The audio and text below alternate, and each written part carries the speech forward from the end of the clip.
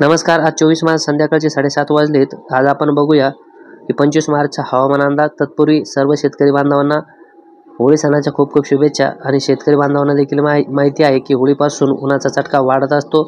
आपले सगळे जे सण आहेत तर ते शास्त्राला धरून आहेत. प्रत्येक सणाचं काही ना काही वेगळं कारण आणि महत्त्व आहे. यामुळे याचंही आपल्या शेतकऱ्यांशी संबंधित खूप मोठं घटना असते याची.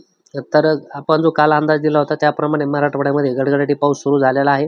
उद्या देखील पावसाचा अंदाज आहे. याची आपण देखील माहिती बघूया. सर्वप्रथम तापमान देखील आपल्याला समजून घेणं गरजेचं आहे की काल काय तापमान होतं. तर अकोला, वाशिम, यवतमाळ या ठिकाणी जवळपास 41 अंश सेल्सिअसपेक्षा अधिक तापमान जाणवलेलं आहे. त्यासोबतच नागपूर, भंडारा, गोंदिया, गडचिरोली वगळता संपूर्ण विदर्भ, मराठवाडा, उत्तर महाराष्ट्र, सोलापूर या ठिकाणी तापमानामध्ये चांगल्यापैकी वाढ आहे. जवळपास 39-40 अंश सेल्सिअसपर्यंत. तर जवळपास सोलापूरमध्ये 40च्या आसपास आणि नाशिकमध्ये जे तापमान आहे तर जवळपास 41 अंश सेल्सिअसपर्यंत जाणवलेलं आहे. त्यानंतर सध्याची परिस्थिती आपण बघितली तर लातूर आणि धाराशिवमध्ये गडगडाटी पावसाचे ढग निर्मित झाले होते आणि याबद्दलची माहिती आपण काल देखील शेतकऱ्यांना दिलेली होती.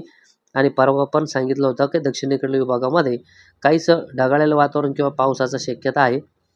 तर त्याप्रमाणे या ठिकाणी निर्माण झालेलं आहे. आणि बाकी ठिकाणी जर बघितलं आपण छत्रपती संभाजीनगर, जालना, नाशिक, अहमदनगरच्या देखील काही विभागामध्ये, सातारा, सांगली, कोल्हापूर, सोलापूर, त्यानंतर वाशिम, यवतमाळ, नागपूर, चंद्रपूर, गडचिरोली या ठिकाणी ढगाळलेलं वातावरण आहे. आणि आज रात्रीची परिस्थिती आपण बघितली तर चंद्रपूर आणि गडचिरोलीच्या काही विभागामध्ये पावसाची शक्यता आहे. जो दक्षिणेकडील विभाग आहे या ठिकाणी, कारण की या ठिकाणी काहीशी ढगांची निर्मिती होत आहे. आणि हे ढग काहीसे या ठिकाणी देखील गडगडाटी पाऊस देऊन काहीसे पूर्वेकडे सरकून गडचिरोलीला देखील पाऊस देतील. आणि धाराशिव, लातूरमध्ये जे पावसाचा ढग आहे या ठिकाणी गडगडाटी, हा देखील लातूरच्या पूर्व विभागाकडे सरकून नांदेडमध्ये देखील पाऊस देण्याची शक्यता आहे दक्षिणेकडील विभागामुळे. त्यामुळे या ठिकाणी जरी आता सध्या पाऊस सुरू नसला तर शेतकऱ्यांची झाकण्यासारखं असेल तर आपली झाकण्याची तयारी पूर्ण करावी, कारण की माल भिजत असतो. दुसरी महत्त्वाची गोष्ट म्हणजे हिमालयावरती या ठिकाणी एक पश्चिमी आवर्त आहे. दुसरं पश्चिमी आवर्त 26 तारखेला हिमालयावरती पोहोचण्याची शक्यता आहे. आणि राज्यामध्ये वातावरण जे असेल तर खूप मोठ्या प्रमाणात खराब आहे.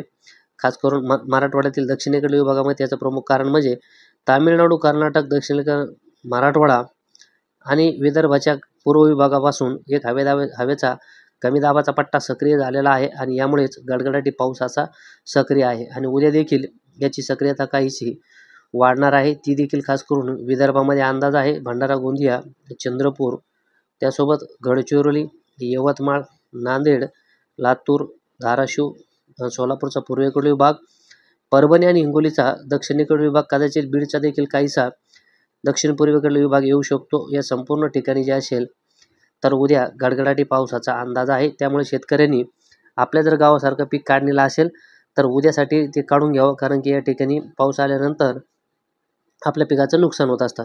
बाकी ठिकाणी बघितलं आपण तर उन्हाचा चटका हा वाढलेलाच राहील. पावसाची खूप मोठी या ठिकाणी सध्या तरी शक्यता नाही. तर सध्यासाठी इथेच थांबतो. जय महाराष्ट्र.